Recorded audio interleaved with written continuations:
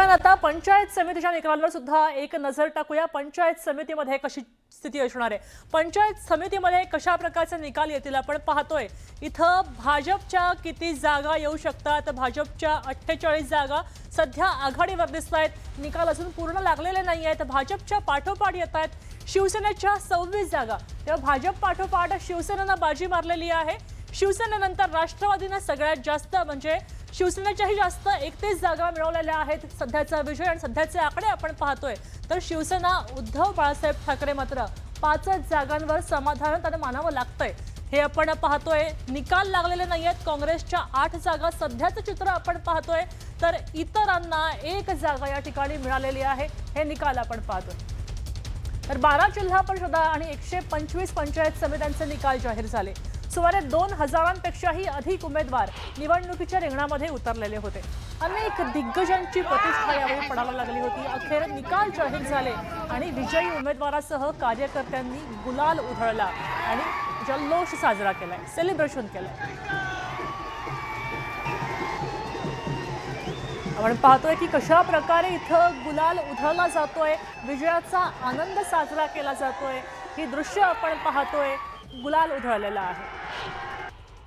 तर भरत गोगावलेंचा मुलगा विकास विजयी झालाय, त्यामुळे गोगावलेंनी सुद्धा त्यांना खांद्यावर घेतलं आणि विजयाचा जल्लोष साजरा केलाय। गोगावलेंनी आपण पाहू शकतोय की त्यांच्या मुलाला त्यांनी खांद्यावर घेतलंय आणि तो मुलगा सुद्धा आपल्या समर्थकांना हात नमस्कार करून आणि हात उंच करून त्यांच्याशी संवाद साधतोय।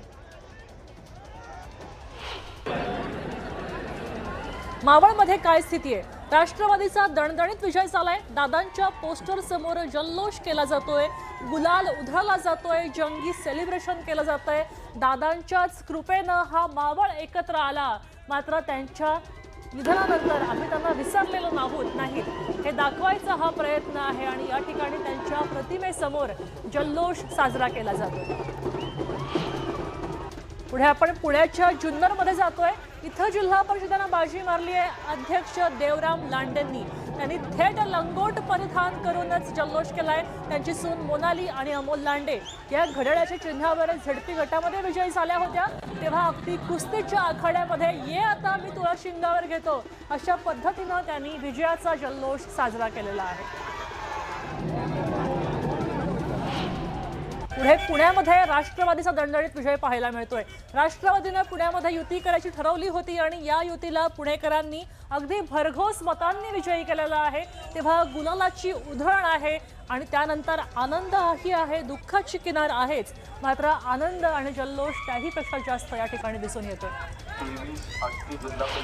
पुण्यानंतर आपण जातोय कोल्हापुरात। कोल्हापुरात सुद्धा सगळे कार्यकर्ते रस्त्यावर आलेले आहेत आणि जल्लोष केला जातोय। महिला कार्यकर्त्यांनी गुलाल उधळलेला आहे।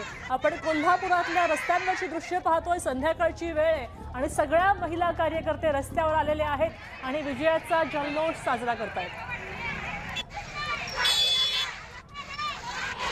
पुढे आपण थेट जातोय कोकणामध्ये। इथं काय स्थिती आहे तर कोकणामध्ये विजय झाला, जल्लोष केला, उमेदवार खांद्यावर घेऊन नाचले, हे दृश्य आपण सिंधुदुर्गातली पाहतोय। सिंधुदुर्गकरांनी एकंदरच भाजप आणि सेनेला एकत्र मत दिलेलं आहे, तेव्हा सिंधुदुर्गामध्ये कशा प्रकारचा जल्लोष आहे तोही आपण पाहतोय।